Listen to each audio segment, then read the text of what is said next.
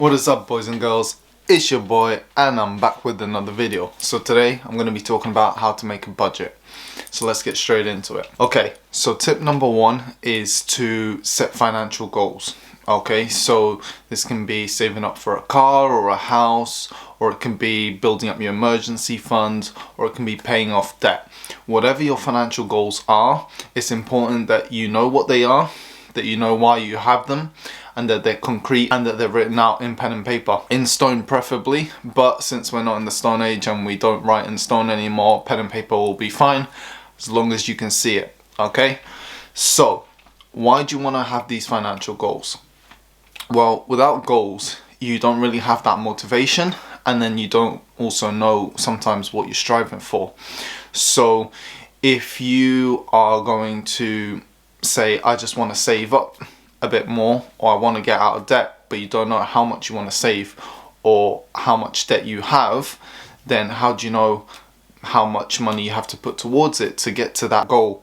And also you need to set a time frame. Okay, so it has to be realistic, but you set a time frame of saving up, I don't know, 10k in a year, or getting rid of 10k worth of debt in a year, or anything like that. Okay, but it has to be realistic. Okay, obviously unless you're making millions, you're not going to pay, you know, £100,000 worth of debt off in 5 months. That's just not realistic. Okay guys, so you got to make sure it's realistic, and you got to set a time frame, but you got to know the quantity. That's the most important. Okay, so set your financial goals, and also it's going to motivate you. Write it, put it up on your wall in your bedroom, or on the fridge, or in both, in your car, everywhere that you can, so that you know what you're striving for, where you're going. It motivates you, and then you know how long it's going to take as well. Tip number two is track your income. So if you don't know what you're trying to pay off or how much debt you have, then you don't know where you're going. But also with number two, if you don't know how much money you're bringing in, you don't know how long it's going to take to pay off, if you can pay it off, if you need to get a better job or another job, or whatever it may be. You might need to be making some more money, or you need to be cutting back on some expenses, which we're going to talk about in a second. But you need to know how much money you're bringing in. It's as simple as that. Okay, to make a math equation work, you need to know certain variables. So the first two, and the most important, are knowing what is your goal to save or to pay off debt, and how much it is and in what time. And then you also need to know how much money you're bringing in, okay, to know if it's even possible, if it's realistic within that time frame. If it's not possible, if you need to get another job or a better job to make some more money. The third tip is to list your expenses. So you need to list all your expenses. Initially you start with the essential ones, so housing, transportation and food. Okay, those three are your basics to survive. You need a roof above your head, you need food in your belly, and you need to get to places, to get to work, to get back home mainly. But sometimes you might need to run some errands and you need to go here or there. Now I'm not talking about, you know, going on holiday. That's transportation, but it's not that kind of transportation that I'm on about. It's the essential: get to work, get back home, run some errands, whatever you need to do, basic day-to-day stuff. So if you have those three values, your total expenses, your total income and your goal, then you can start making the math work. Okay, when you're listing your expenses, like I said, you start with the first three expenses, which are your roof above your head, so your housing, your food, and also your transportation to and from work, whether that's by car, public transportation, whatever it is. Then after that, you need to look at other things. So if you live in America, you need insurance, health insurance, okay, or co-pays, or whatever they do over there. In the UK, we're pretty much free healthcare for the most part. Sometimes you need to pay for certain medication, you know, some tablets, some painkillers, whatever, basic stuff. But for the most part, healthcare here is free, and we're lucky for that. Okay, so you don't have to take into account those things, but if you live in America, you need to take into account other things like medication and healthcare and insurance and all that sort of stuff. So list out all the essentials first. Okay, if you have pets, unless you're willing to give them up, you need to then list insurance and food and, you know, if you have cats, cat litter, that kind of stuff, all the things that you need to take care of your pets. Okay, but if you haven't got pets, if you haven't got kids, if it's just you, then you list the top 3 plus any health expenses that it will cost to you, and that is your essential. Okay, that is the stuff that you need to survive on a day-to-day basis. You're not going to be looking at subscriptions, Netflix, Apple Music, YouTube Premium. You know, you're not going to look at all these other things. You're not going to be looking out at parties, drinking, eating out, holidays. None of that counts, okay, for your budget. Why? Because if you're really serious about achieving this goal, paying off this debt, or saving up this amount of money, then you need to zero in on it, okay? Only the essentials. So if you're dead serious, it's the essentials only, and you go hardcore for a short amount of time and you achieve it, and then you can kind of ease into having a bit of fun, okay? Not go crazy, but you need to ease into it a little bit. But if you really want to get this car, or if you really want to get out of debt, or if you really want to save up X amount of money for emergency fund or for a house or whatever it is, then you really have to go serious and you have to go hardcore on it, at least for a little bit. So step number 4 is to categorize. Okay, so like I said, it's housing, and so that's rent and bills, your food, that's fairly simple, and your transportation, that's also fairly simple. But you categorize it, okay, and you allocate money into each category. Okay, so obviously some are going to be a bit more variable than others. Okay, your rent is going to be pretty much fixed unless you're close to the end of your lease, or you're on a rolling lease where it just goes on from month to month and you can leave at any time. So that is going to be pretty much fixed, but it can change when your lease ends if you decide to go to another place, or if you stay in the same place and your landlord puts the rent up. But for the majority of the time, it's going to be fixed. Your bills are going to change month to month. Your electricity, your gas, your internet is pretty fixed. Your food changes month to month, week to week even.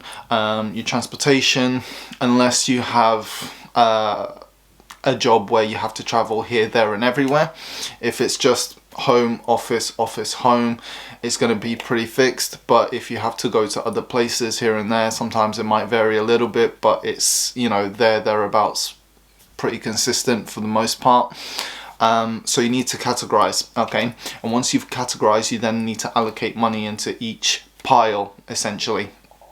And this is just going to help you to budget your money. So you need to put some money allocated just enough for your rent, just enough to what your average food is on a weekly shop or monthly shop, or however often you do your shopping. Then you need to put some money aside, what you think more or less you spend on gas, electricity, bills, internet, that kind of stuff, into one pile. And once you categorize, okay, you don't take money from one pile to put it into another because you use too much on that. Okay, you need to then put money onto paying your debts as well, all of that stuff, and you can't move money from one pile to the other. Okay, this is the trick. When you budget, you allocate the money into that budget, into that pile for each category, and it stays there until that category is paid. Okay, and if you find that you're not making enough money, okay, for what your overall expenses is, step number 3, and what your overall income is, step number 2, then you need to increase step number 2, increase your income. Either ask for a raise, get a second job, or change job, or change company that pays better for the same job that you're doing. Okay, whatever it is, you have to increase your income. if your overall expenses just aren't being met with your natural income. But if your income can cover your bills, then you need to allocate it correctly, but you need to cut out holidays, drinking, fun, Netflix, subscriptions in general. You need to cut all of those out, okay? Just have the basics, because you're really going serious on it apparently. So make sure you're going serious and cut out all the fun stuff for a short time. The next part is pay yourself first, okay? Now, it's not the first thing I said, but you need to when you make your categories, you need to allocate that pay yourself first to whatever your goal is. So when you're making your budget, you also have a category for your goal, and it's pay yourself first, pay debt off, pay, make your emergency fund, save up for a car, whatever that is, that's you paying yourself first. So what you do is you allocate a certain quantity that you'd like to put into that every month to reach your goal. So as an example, if you want to save 10,000 in a year, okay, on average, you're going to have to put away about 850 or 900 every single month to that category, to that emergency fund, to that savings pile. So when you categorize your money, when you look at your income and what your expenses are, okay, the first thing you do is you grab that 850 or 900 and you put it straight into your savings account, okay? From there, you see what money you have left and you pay the 3 essentials first. You put money into your housing and your bills, you put money into your food pile, and you put money into your transportation pile for, petrol for your car or for public transportation, whatever that is. And then you see if there's anything left. If there's anything left, you can either do 2 things with it. You can either have a little bit of fun, or you can put it into your pay yourself first pile, okay, to achieve your goal of saving 10k in a year. And instead of saving 10k in a year, you might be able to achieve it earlier. When you do your budget, if you put money into your pay yourself first pile, in this case saving 10k in a year, you put money into your rent and bills, you put money into your food, and you see I haven't got any money or enough money for my transportation, for my petrol for my car, or for public transport or whatever it is, then in that case you need to get more money. So you, like I said, you go and get a better job, change companies for more money, ask for a raise at the company you're at, or you get a second job, a part-time job, okay, and work more hours. Now this is going to vary from situation to situation, but if I was making 3,000 after taxes a month, okay, and my rent and bills was 1,000 all included, I'd put 1,000 there, I'd have 900 go into my pay myself first, so that's 1,900 gone, okay. Then with the 1,100 left, I'd put 200 or 300 or whatever it is, my budget for my food, and I'd put some money towards my car, maybe another 200 for, saving some money for insurance for the year, and also for petrol month on month or week on week, or however often you fill it up. So when you calculate your budget, you do it like that. And if I had any extra money, then I would put that money into my fun pile and have maybe Netflix and have Apple Music or whatever, or go out for a meal, or I would put extra money into my savings pile and I would achieve my savings goal much quicker, okay? So that's how you calculate your budget, guys. But one key important thing that I also have to let you know is you have to have an emergency fund. So if you're saving already for your emergency fund, that's great. But if you're not, then you have to create one, okay? So if you are saving for a car, you also have to make sure that you put some money towards an emergency fund. Because let's say you're 3 months in, okay, you're doing all these things and you have a car and you're saving for maybe a house, and your car breaks down and you need to spend some money to fix it, okay?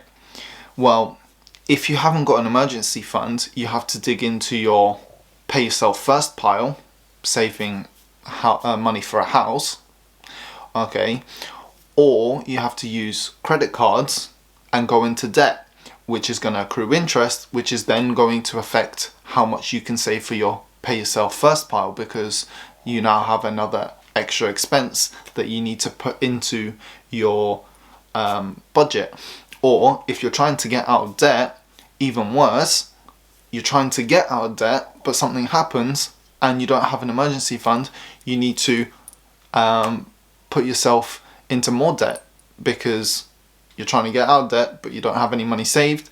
Something happens, you need to get into debt to pay off whatever just happened. So you need to be careful and strategic with how you plan this, guys, okay? It depends on your situation and it depends on what your goal is, if it's to get out of debt or if it's to make a saving or if it's to make an emergency fund. Depending what stage you are in life, okay, is gonna depend on what strategy you're gonna take. If you're trying to pay debt off, me personally, I would try to keep the minimum payments for like 1 or 2 months, build up maybe £2,000 or £3,000 emergency in case something does happen, and then go really hard on paying off my debt, because I know I've got £2,000 or £3,000 that will cover me for anything that might happen, you know, as long as it's not super expensive. Whereas if I was trying to save up for emergency fund, I would go gun-ho on saving for my emergency fund. I have no debt to worry about, full into my emergency fund, every single penny that I can. Okay, if I'm further advanced in that, okay, and I'm trying to save for a car or trying to save for a house and I have an emergency fund, again, everything goes to that fund for a car or for a house. If I'm trying to save for a car or a house and I don't have an emergency fund, then again, similar to the debt strategy, I would build up an emergency fund of 2,000 to 3,000 in case anything does happen. Because what I don't want is to go downhill and go into debt, okay, because I'm not that bad yet. I don't want to go into that.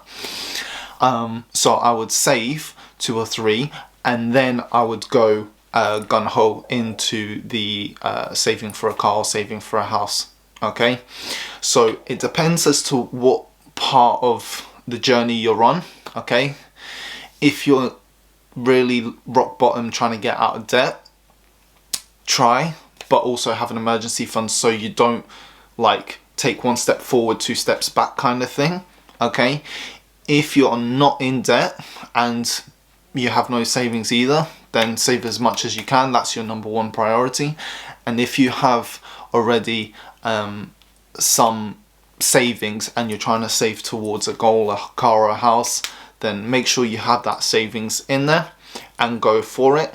If you have to dip into your savings, if an emergency happened and you had to use some of your savings to cover some repair costs on something, a car, or you fell sick and you couldn't work and you had to use your savings or whatever it may be, then the next step is to recover that emergency fund, recover the savings that you had to use in that emergency, and then you go back onto trying to save up for the car or the house. Okay guys, I hope that made sense. I hope that's clear. If it's not, comment down below. I'll make another video, make it a bit more clearer. If you want some extra help, comment below, DM me, and I'll try to help you as best as I can. Peace.